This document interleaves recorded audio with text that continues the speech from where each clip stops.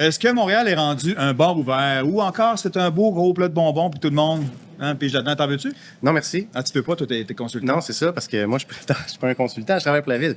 Par contre, ce qu'on peut dire, c'est qu'après la commission Charbonneau, les contrats donnés aux consultants externes en 2012 étaient équivalents à notre masse salariale des scientifiques à la ville de Montréal. C'était combien, ça? C'était environ 20-25 millions.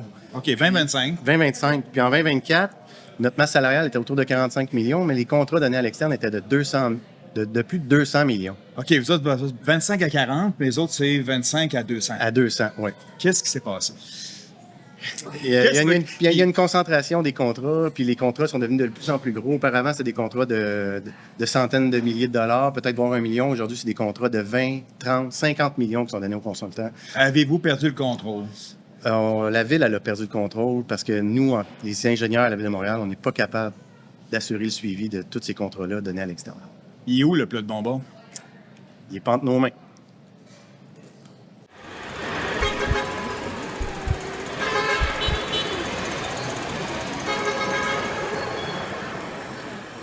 On est aujourd'hui dans Rosemont, la Shop Angus, où on fait ici la bonne bière. Un petit brasseur, une microbrasserie. Oui, amateur de bière. Local. Un peu, mais sans alcool. Ah, OK. Bon, ça se peut. Ben oui. Elles sont très délicieuses, les glaces sans alcool. Philippe Leblanc, aujourd'hui, pour nous parler de scandales, de ce qui se passe présentement à la ville, depuis quelques années, en fait. Et tu es avec l'ASIM, ou l'ASIM, comme vous dites. On dit l'ASIM, pour l'Association des scientifiques et ingénieurs de Montréal. On est un syndicat qui regroupe principalement des ingénieurs, mais également des chimistes, des arpenteurs géomètres et 3 médecins vétérinaires du biodôme. Donc, pour comprendre, là, c'est des gens qui travaillent à la ville de Montréal. Oui. Puis c'est en parallèle avec ce qui se passe à la ville. Ben, en parallèle, en fait, on est des employés de la ville de Montréal. Okay. Nous, on regroupe justement, comme je dis, des scientifiques et ingénieurs. Ouais. Nous, on fait partie d'un ordre professionnel. Contrairement aux professionnels généraux aussi, qui c'est des employés de la ville, qui sont plus dans l'administratif, tandis que nous, on est vraiment au niveau technique et sciences. Qu'est-ce que ça fait? Qu'est-ce que vous faites? Parce que là, vous travaillez à la ville, vous avez une job. Tout à fait. Puis, quoi, vous êtes des chiens de garde, vous échangez des propos, des dossiers. On a plusieurs rôles. Okay. C'est assez vaste, le domaine. Je vais principalement parler d'ingénieur parce que moi-même, je suis ingénieur. On regroupe 600 membres, ça, je ne l'ai pas dit, mais on est 600 membres. Quand même. Dont il y a environ une trentaine des autres groupes que j'ai nommés tout à l'heure, les chimistes, arpenteurs géomètres et les 3 médecins vétérinaires. Le reste est uniquement des ingénieurs. On est regroupés dans différents domaines, soit au service de l'eau, ce qui comporte toute l'eau potable, les égouts. Il y a aussi des ingénieurs qui s'occupent des travaux, des infrastructures routières, en arrondissement. Mais ça, c'est des gens qui travaillent présentement à la ville? Tout à fait. Tout à fait. Pourquoi vous avez fondé quelque chose en parallèle? Bien, généralement, les employés municipaux, c'est des groupes de travail qui sont syndiqués. Okay. Donc, on a un regroupement syndical qui date d'environ de 2002, lors des fusions municipales. Okay. On a regroupé nos différents groupes de travail. Puis auparavant, ça s'appelait le syndicat professionnel scientifique à pratique exclusive de Montréal. C'est un peu long comme nom. C'est un peu long, okay. C'était difficile à dire, le SPSPEM. Donc, depuis 2024, le printemps 2024, on s'appelle la CIM, avec des nouvelles couleurs. Mais qu'est-ce que vous faites? Qu'est-ce que vous cherchez les bébites? Vous regardez les contrats passés? Bien, à la base, nous, on est là pour s'assurer que les travaux exécutés à la Ville de Montréal sont faits conformément au plan de vie que, généralement, on fait à l'interne. Okay. Mais également, on surveille les travaux. Puis, on fait aussi la gestion d'actifs. Donc, on fait de l'auscultation de nos actifs pour nous assurer s'ils ont besoin d'une intervention à court terme, moyen ou long terme. Comme récemment, il y a un rapport de la vérificateur générale qui a démontré que le réseau routier est quand même en piteux état. En piteux état, effectivement. Puis ça, bien, des fois, ces tâches-là, par exemple, sont quand même données parfois à des contrats à l'externe. Donc, ça, est-ce que, exemple, dans cet exemple-là, dans ce dossier-là, est-ce que vous êtes impliqué, vous dites, hey, vos recommandations, ça n'a pas d'allure ce qui se passe sur les routes présentement, ce qu'on a observé, nous autres, venant de la ville? Bien, c'est sûr que moi, je ne suis pas dans ce domaine-là. Par contre, je sais qu'ils vont identifier les tronçons de rue avec des critères de façon qui sont comme abîmés, ouais, OK. sévères, mais tu sais, ils ont des critères, puis ils ont des cotes, puis ensuite, il faut qu'ils mettent ça dans une planification de travaux. Puis ensuite, tout dépendamment justement des budgets disponibles, ben, tu sais, ils vont pouvoir prioriser certains tronçons de rue en fonction des Là, tu as dit un mot important, Ouais. c'est budget. budgets. On va parler de budget. Ouais. Et là, au Montréaliste, on est là, nous autres, pour vulgariser des informations qui ont été véhiculées, transmises dans différents médias. On parle de TVA, on parle de Radio-Canada, du Devoir, de la presse, du journal. Des nouvelles qui ont sorti, qui sont assez percutantes, mais pas assez, on trouve, à notre goût, parce qu'il y a des millions et des milliards qui passent d'en face des gens, puis on le sait pas. On a aussi, aujourd'hui, sorti les 8 dossiers dans une enveloppe transparente, hein, Oui, parce qu'il n'y a pas tout à fait. d'enveloppe brune ici, Non, là. Non. on n'a rien à cacher. On a des bonbons, mais c'est pas pour toi, c'est pour les Non. consultants. Exactement, parce que moi, je pige pas dans le pot de Ils bonbons. sont vraiment bons, par exemple. Ah ouais, j'imagine. Bon, premier dossier. Excuse-moi de manger un bonbon dans la face. C'est correct, je l'accepte. On envoie souvent des... Ah oui, comme ça, des ça manches passe de devant bonbons. vous. Oui, oui, exactement. Ah oui, Puis c'est ça. Souvent, les plus beaux bonbons nous passent d'en face, ouais, puis on se retrouve avec ce qui reste. Je sens le... L'amertume? Ouais, Oui, un petit peu. Ben, Moi aussi, mais dans le bonbon. je partage un peu le message de mes membres, de ce qu'on voit au quotidien. Êtes-vous fâché? Ben quand même, beaucoup, parce que on se retrouve à travailler avec les consultants, mais souvent les consultants font pas des livrables de qualité. Tu sais, on se retrouve souvent, on s'expose sur des projets qui manquent de qualité. Nous, nos membres doivent prendre du temps pour mettre des commentaires sur ces livrables-là des consultants pour dire qu'il y a des corrections à apporter. On les retourne. Ça nous revient avec les mêmes erreurs, donc on paye plus d'une fois la même conception. OK. À la Fait que là- base, qui décide ça? Qui a décidé de dire, ah ben pour ce exemple, on va prendre l'insectarium. L'insectarium, ça a sorti dans la presse il y a quelque temps. On décide de construire un insectarium. On est capable à la ville de le faire avec les gens en place, mais on décide d'aller dans une firme extérieure. On construit un insectarium, puis après, on se rend compte que ça marche pas. On est en train de perdre nos bobites. Les insectes, il fait trop chaud, il fait trop froid, il y a de l'arsuage, comme on dit, ça coule de partout. Il y a de la C'est un condensation, insectarium. Oui. Puis, on a décidé d'aller à l'extérieur pour finalement dépenser combien, je sais pas, quelques millions. Quelques millions, oui. Puis, finalement, les consultants disent, ah, ben il faut refaire parce que, ah, mon Dieu, il y a des changements climatiques, ça influence plein d'affaires, peut-être, ça marche pas. Bien, moi, je ne suis pas là pour dire non plus que nous, les ingénieurs à la ville, on est capable de tout faire. On peut faire beaucoup de choses, mais on peut être quand même les garde-fous de l'ensemble des projets, parce qu'on a quand même une excellente expertise à l'interne. C'est sûr que si on mettait beaucoup d'effectifs sur un projet en tant que tel, ça fait en sorte qu'on ne peut pas mettre les expertises sur d'autres projets. Donc, l'apport des consultants externes, on ne peut pas l'écarter complètement.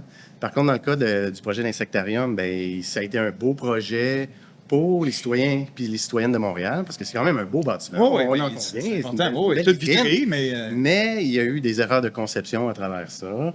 Puis aujourd'hui, ben, la ville, elle se retrouve avec un livrable qu'ils doivent réinjecter de l'argent pour corriger les erreurs qui ont été faites à la conception à la base. Parce que Ben, c'est pas les concepteurs, ils ont peut-être ils ont omis pas, certains aspects où ils n'ont pas réfléchi à de la façon qui était orientée. Donc, avec le soleil qui frappait les verres, faisait en sorte qu'à l'intérieur, il faisait trop chaud pour les travailleurs à l'intérieur. Donc, il y avait même des recommandations pour, s'il faisait trop chaud, les travailleurs n'allaient pas dans tel secteur. Mais là, la ville, elle doit investir des centaines de milliers de dollars pour peut-être Là, il y a un injecter gros- de l'air frais. Oui, C'est parce ça. qu'il y a un gros tuyau qui sort, c'est Exactement. super laid, puis tu sais, c'est ça un gâche. bâtiment pour l'image de la ville. Vraiment, puis c'est la ville qui se retrouve à devoir finalement. continuer à dépenser de l'argent pour des erreurs qui ont été faites par d'autres. Deuxième sujet, SRB P9. Un autre beau projet, par contre. Tu sais, Ça, c'est tout les des projets- beaux, des les belles projets- idées. l'idée derrière des projets sont bons, mais par contre, on peut parler de SRB Pinot. Ben oui, parce que c'était lancé en 2009. OK? Oui. Ben, l'idée. L'idée. Bon, il y a beaucoup d'idées aussi, puis c'est des idées, des fois, ça coûte cher, mais surtout quand ils viennent de l'extérieur. Il y on a des partis s'imagine. politiques qui se chevauchent. Puis 2009, ben, ça a été toute une période, à partir de 2009, une période charnière. Là. Il y a eu toute l'époque de la commission Charbonneau, 2011, Oui, 2012. là, ça a brassé un petit Fait que peu. ça a brassé. Bon, l'idée de base, elle résume un petit peu le projet, SRB P9. Ben, SRB P9, ça permet, le SRB P9, SRB, c'est service rapide par bus. Ça permet d'avoir un transit entre même ville de Laval jusqu'au métro P9 aujourd'hui. C'est 1 point quelques Ben, beaucoup de plus que ça, c'est une dizaine de kilomètres, je crois, qui traversent toute l'île. Puis même, présentement, on est à pied d'œuvre à la ville pour faire jusqu'à Notre-Dame. OK. C'est un service qui permet d'avoir des navettes d'autobus qui passent des intervalles très réguliers. Puis ça permet aux citoyens et citoyennes de pouvoir transiter nord-sud sur un axe qui est dépourvu de métro, dans le fond. Ouais. C'était un gros problème depuis longtemps. Exactement. Il y avait déjà eu aussi des voies réservées à cet endroit-là, mais je pense que suite à certains incidents, ils ont fermé ces voies réservées-là. Ça passe dans le milieu. Exactement. Bon, c'est sécuritaire, mais ça, c'est tout sur papier en 2009. Sur papier, c'était parfait. C'est parfait. Ouais. Bon, puis après ça, dans ce dossier-là, ben, on s'accuse de part et d'autre. On est rendu à un fiasco de 690 millions. Et 690 millions, à mon avis, c'est le coût total des travaux, mais qu'il aurait pu être beaucoup moins élevé. Moins gros fiasco. Tout à fait, parce qu'il y a une firme de génie conseil qui a été impliquée à travers cette conception-là, mais qui a fait beaucoup d'erreurs et omissions à travers sa conception. La ville, d'ailleurs, est en poursuite envers cette firme de génie conseil-là. Mais là, il y a des poursuites des deux sens. L'entrepreneur poursuit la ville pour justement tout l'ensemble des erreurs et omissions qu'ils ont eu à subir. Ils ont été probablement compensés pour les travaux supplémentaires, mais il y a eu des dommages collatéraux à ces travaux supplémentaires-là, étant donné la durée, etc. L'entrepreneur, lui, engage des frais. Plus le chantier se prolonge, ça coûte cher. Puis, quand la ville décide d'engager cette firme ou cette firme-là, ils n'ont pas un historique, on ne peut pas genre, OK, on va les analyser un petit peu, parce que là, dans ce même dossier-là, ça a l'air aussi, il y a des accusations envers la ville en disant, il faudrait peut-être clarifier vos besoins. Il faudrait peut-être que la ville dise, OK, on a un projet d'autobus. Faire une allée d'autobus centrale, c'est pas si pire. Mais OK, vous avez besoin de changer l'infrastructure, les trottoirs, la piste cyclable, les tuyaux en même temps. C'était pas dans la demande de base. C'est un accuse l'autre de plein d'affaires, puis finalement, ça va finir en poursuite sur des années dans une commission. C'est ça, peut-être. Une commission SRB. Mais c'est sûr que je peux pas être dans le fin détail de tout le processus de ce projet-là, mais ce que je sais, c'est que sur les plans et devis qui avaient été transmis à l'entrepreneur, il manquait des conduites d'eau. Donc, on a creusé. On a découvert des conduites. C'est qu'est-ce qui se passe? Le temps de trouver la solution, on referme ça, on retourne creuser par après. Donc, il y a eu beaucoup... Ça, c'est des données. Ça demande des deux côtés. Tout à fait. Puis, tu sais, c'est la base de savoir Oui, ils ont fait une route. Y a-tu des tuyaux? C'est ça, on appelle ça les RTU. Moi, je plante un arbre chez nous, là, ça me prend un mois, là, puis il y a quelqu'un qui a planté un petit excavation pour s'assurer qu'il n'y a pas rien arraché quand on va creuser. Dans ce cas-là, c'est des données que nécessairement la ville possédait, mais qui n'ont peut-être pas été demandées. C'est ça l'accusation, peut-être. Donc, tu ne l'as pas demandé, je te le donne pas. Si tu me le demandes pas, je ne pense pas te le donner. C'est pas moi qui. Je te mandate de faire le projet pour nous. Donc, c'est pas validé. Pour les consultants. C'est ça. OK, autre bonne idée. Excusez-moi encore. L'usine de biométhanisation.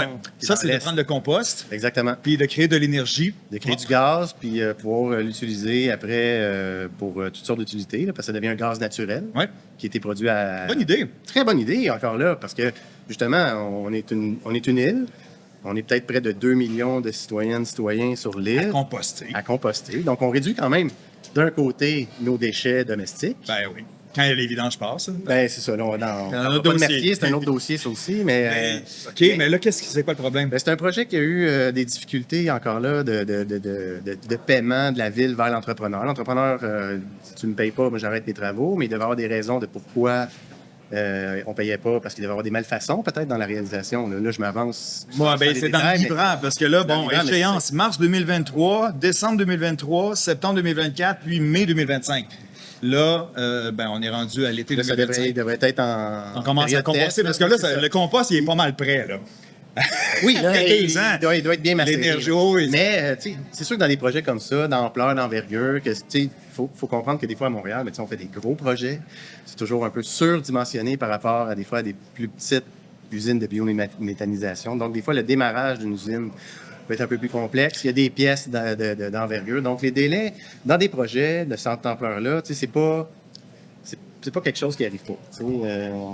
C'est quelque chose de régulier, c'est-à-dire d'avoir des délais de mise en service. OK, ça, c'est... dans des projets de cette ampleur-là, c'est pas quelque chose qui... Allons-y sur l'autre, qui est encore plus impressionnant. La fameuse restauration de l'hôtel de ville. Qui est une fierté. Une belle maison des citoyens et citoyennes. Oui, c'est la maison des citoyens. C'est M. Coderre, en 2015, qui annonce, lui, on rénove ça, gang, 30 millions. 30 millions. 30 millions, OK? Mais basé sur je vais même prendre mes lunettes, là, OK? Ça, c'est en 2017. Mais pour faire passer un projet, des fois, on dit qu'il coûte moins cher, mais après, c'est ça. 2017, 88. Oh! La peinture a coûté cher ensuite. 2018, 116. De mai 2022, 168 millions. Final, 211. Puis, c'est pas encore fini. Ça a l'air que, bon, dans ce dossier-là, parce qu'on a engagé des gens, puis bon, la Ville a décidé d'engager des gens qui disent, bon, ben, comment qu'on va faire pour restaurer ce beau palais-là, mais sans rien toucher. Presque. C'est moi, quand je fais des rénaux chez nous, ben, il faut que je capte mon plancher, je fais attention. Ça se peut que je défonce un mur, mais là, pas toucher au plafond, pas toucher au mur, pas toucher au lustre. Ben, c'était le moins possible, hein? Puis, tu sais, c'est C'est le moins possible, mais... Comme c'est un immeuble patrimonial, c'est sûr qu'il y a beaucoup de parties prenantes qui s'impliquent à travers ça pour s'assurer que le cadre bâti reste tel qu'il est, garder la belle fenestration, parce que ça a été ça aussi. Parce que là, ils ont dit, on va garder les fenêtres, mais là, ça prend des artisans. Ben là, des artisans qui font ce type... Ils sont pas disponibles. Ils ne sont pas disponibles. Tu sais, chaque fenêtre peut prendre une éternité à restaurer. Donc, c'est sûr que... Non, mais tu comprends que pour monsieur, madame, tout le monde, là, qui paye ses taxes, qui ont de la misère à payer son loyer qui monte à chaque mois, qui voit une bâtisse qui passe de 30 millions à pas loin de 200, puis finalement, ça se fait pas, puis ça arrive à un moment donné, c'est sans parler de toute la gang qui travaillait là-dedans. Effectivement. Les gens qui travaillent là, qui doivent louer des bureaux au centre-ville, mais pas 1 an, 2 ans, 3 ans. Non, exactement. Puis là, ces loyers-là, tu sais... Oui, tous les frais connexes à ce projet-là, ils sont énormes. Puis la prolongation du chantier fait en sorte que tu continues à dépenser des frais que tu n'avais pas anticipé non plus.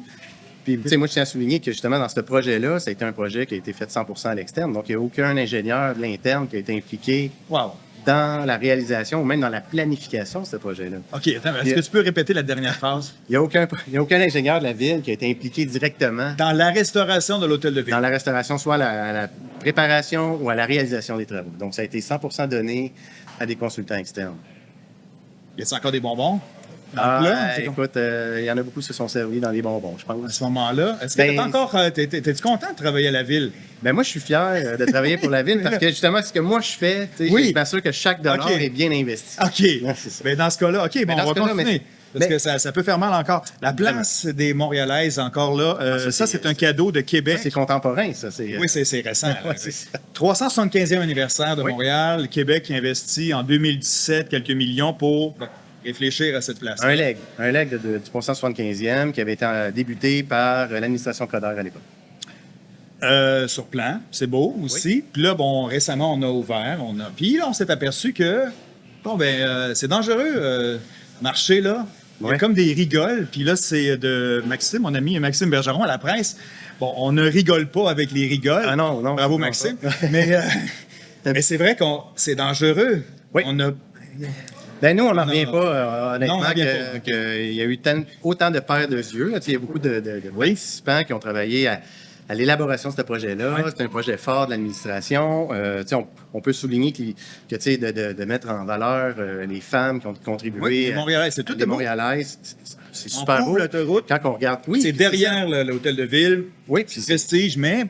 Au niveau esthétique, c'est très beau. Par contre, il y a des lacunes majeures au niveau de la sécurité que personne n'a vu. Justement, les rigoles qui sont de la même couleur que le pavé. Donc, pour les gens qui ont peut-être une vue un petit peu plus basse... personne âgée de l'hôpital qui est pas loin. Dès l'inauguration, il s'est enfargé, il s'est cogné la tête. Oui. Je me souviens pas si c'est un... Allô, les poursuites? Écoute, ça appartient aux citoyens de voir qu'est-ce qu'il y a à faire pour ça, mais... Nous, c'est les citoyens qui payent encore une fois. C'est les citoyens avec des erreurs. En plus, on va continuer à payer les consultants à l'heure pour corriger leurs erreurs. Parce que là, il faut... Parce que là, il faut qu'ils pensent à mettre des grilles sur ces rigoles-là qui vont s'intégrer au niveau de l'architecture, parce que c'est important. Puis après ça, ces grilles-là, ça va être des grilles uniques. Donc, pour 2025 ou 2026, quand ça sera installé, ça va être parfait. 29 on va avoir des blessés. Mais plus tard, il va peut-être avoir des interventions, il y en a qui vont casser. Mais là, la ville, elle va être prise avec ce modèle de grille-là qui n'existe pas. Okay. Donc là, les cols bleus, qu'est-ce qu'ils vont faire? Ils vont remettre quelque chose qu'ils ont dans l'atelier. L'asphalte. Peut-être pas. Il faut quand même que l'eau circule. C'est comme un champ de nid de poule, dans le fond. C'est juste des trous. C'est comme un ode à la ville. Oui, c'est ça. Mais au moins, l'hôpital n'est pas loin. Effectivement, on va pas y aller en roulant quasiment, en descendant les marches. Là. Après ta blessure, tu vas à l'urgence. Tout à fait, mais ouais. C'est assez renversant. Puis ça, c'est chez l'extérieur. Ce qu'on n'a pas vu, c'est la première hiver de cette installation. Oui, ça sent bien. Pour ceux qui sont allés, ils ont vu qu'ils ont comme fait des beaux bacs à fleurs des circulaires, des trous. Mais une fois enneigé, j'ai hâte de voir comment les gens vont s'enfarger. Wow! À suivre! À suivre. Donc, Cet la hiver. prochaine hiver, c'est ça, qu'est-ce qu'on va... OK, parlant de choses qui sont envergeantes des fois, c'est la neige, justement, l'hiver. Le fameux dossier de la rue Saint-Hubert. Oui. J'ai une petite historique, le fun. La rue Saint-Hubert, quand même, 1826, on a fait le tracé. 1959, on a créé la Plaza. Tu sais, l'association des marchands, il y a eu comme 400 marchands. Le premier Saint-Hubert au Québec dans notre histoire, fierté québécoise, c'est ouvert Le en nom, 51. j'imagine, Oui, la rue Saint-Hubert. On va en un resto, on va l'appeler Saint-Hubert. C'est ça.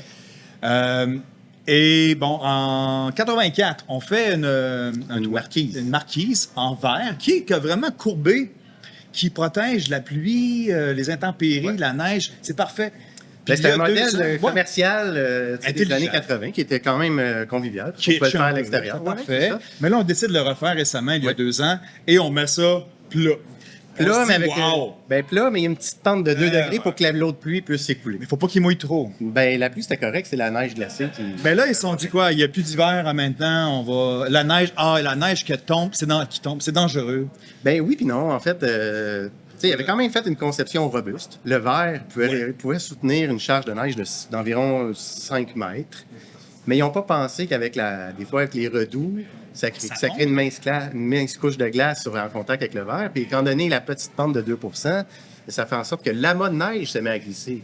Et c'est là qu'il y avait C'est pas des un gouttes, danger. là, c'est Non, vraiment une c'est ça. plaque. Mais c'est un bloc. C'est comme si c'était un massif glacier Oh, ouais. qu'on peut retrouver un peu partout sur Comme Terre. des glaciers qui avance- fondent, mais ben, là, c'est il ça, est mais sur qui le toit. avance un petit peu par petit peu. Puis à un moment donné, ben, il peut avoir un bloc. Puis là, on n'a tombe pas sur- pensé mettre des petits garde-fous, des Barrières, petites barrières, non, tu sais, c'est pour ça. que... Fait que là, la problématique actuelle, encore là, la ville doit continuer à débourser avec ses ressources internes. Ah, internes. Ben Ouais, oui, des pour aller ressources. déneiger les toitures manuellement. Payer pour l'erreur de On paye pour les heures de conception des consultants extérieur. extérieurs. Donc, la rigole aurait dû aller là-bas. La rigole, pour récupérer Ben, l'eau de pluie, peut-être aurait que dû les gens se aller... sont enfargés aussi dans celle-là, mais on aurait appris de cette expérience. Oh my God! Philippe, OK, un dernier avant de parler de plus de ton domaine, le fameux garage Bellechasse aussi, qui devait être comme en hauteur, À l'époque, oui. stationnement d'autobus jusqu'à 400 autobus. Mais finalement, C'est pour des après... autobus électriques, d'ailleurs, aussi. Oui, c'est une belle conception. Ça aussi, c'est une belle idée. Tout est propre, etc. Mais finalement, les citoyens autour n'ont pas été consultés puis se sont dit non, on ne veut pas voir ça, on va le faire dans terre. OK, on va le faire au souterrain. Et là, finalement, après consultation, finalement, on s'aperçoit que c'est de la roche. Qui n'était pas capable de soutenir l'ouvrage. Donc, ça veut dire que dans l'élaboration du projet, il avait été quand même eu aller faire des sondages pour savoir dans quel type de sol nous allions travailler. Il y a des rapports qui en sont sortis, qui devaient déterminer que la capacité portante était adéquate selon ce qui avait été conçu sur les plans et devis. Mais en exécution, ils se sont rendus compte que la roche n'était pas aussi solide que prévu. Mais Donc, connaissez-vous ça, des machines à forer, tu sais, du forage? Oui, là, pour exactement. creuser? Ouais. Ouais, c'est ça. Ben, c'est ce qu'ils ont fait Quand pour- tu sors une carotte, après ça, tu l'analyses, peut-être, gang, que c'est pas mais ils à l'ont bonne place. analysé, mais c'est là où ils ont cru, où le nombre de forages, moi je ne suis pas au courant du nombre de forages parce que c'est un projet qui appartient Ouais, à puis c'est la assez firme, gros, mais, quand même. mais ils ont dû faire peut-être une dizaine de forages, par exemple, mais ils ont peut-être tombé dans des places que c'était bon. Puis avec ces données-là, ils se sont dit que on pourrait concevoir la façon qui a été conçue, mais en exécution des travaux, une fois qu'ils avaient creusé, ils se sont aperçus que la roche n'était pas faite pour ça. Donc, on s'est retrouvé avec des délais, des changements onéreux, parce que là, on n'était pas dans Le même plat de type bonbons terrain. qui passe aussi. OK. Ben là, il y en a qui méritaient quand même de se faire énumérer pour Ben ça. là, c'est Le entrepreneur, SPM. il travaille plus aussi là, pour corriger ça. Puis après ça, il faut quand même payer le consultant pour qu'il corrige son travail. Consultant extérieur. Consultant extérieur encore là. Qui est payé avec la Qui est- ville, par la ville. OK. Qui est payé soit par la ville ou par la société de transport, mais c'est des erreurs et omissions de conception. Humaine, on va dire. Humaine, mais tu sais, Qui je peux coûte pas dire oui, mais tu sais, je pourrais dire que nous aussi, ça peut nous arriver. On n'est pas parfait. Tu sais, je ne veux pas dire que nous, Mais on vous fait- travaillez à la ville. on travaille à la ville, mais nous, souvent, on va avoir peut-être un regard plus précis. Ben, pas plus Ben, précis. si tu engages mais plus- quelqu'un qui vient d'un autre pays, Exactement. D'un autre Qui- pays, qui, mais mettons, il ne peut pas être il peut pas se certifier ingénieur quand il vient d'un autre pays, à moins qu'il soit ici et membre de l'Ordre des ingénieurs. Mais c'est pas rare j'ai déjà vu dans des projets de surveillance que la personne responsable de la surveillance n'habitait pas Montréal, elle habitait peut-être Trois-Rivières. Donc, administrait la gestion de surveillance en dehors de l'île. Donc, comment avoir un sentiment d'appartenance faut que tu files une sensibilité Ouais, envers les citoyens et citoyennes qui subissent les contre-coups des travaux quand tu habites à 200 km. Ben, quand tu te Quand tu promènes, travailles à la ville, Ouais. tu as ce sentiment-là.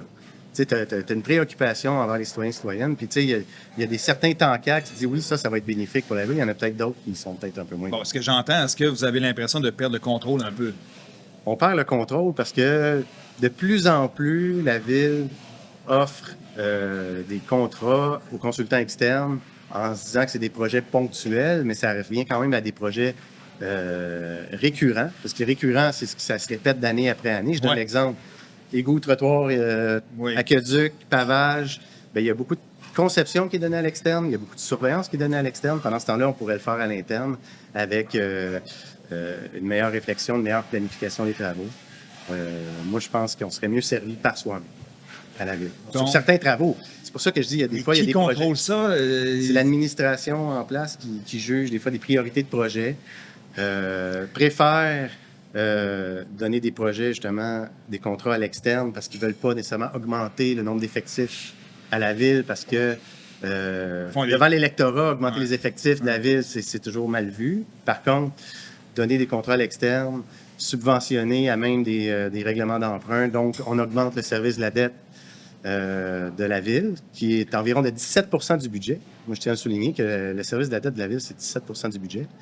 Est-ce que de c'est 7 milliards. beaucoup Mais par c'est rapport beaucoup. à il y a 10 ans? C'est beaucoup. Puis, Ça il y a, augmente. puis aussi, c'est le type de contrat qui est donné.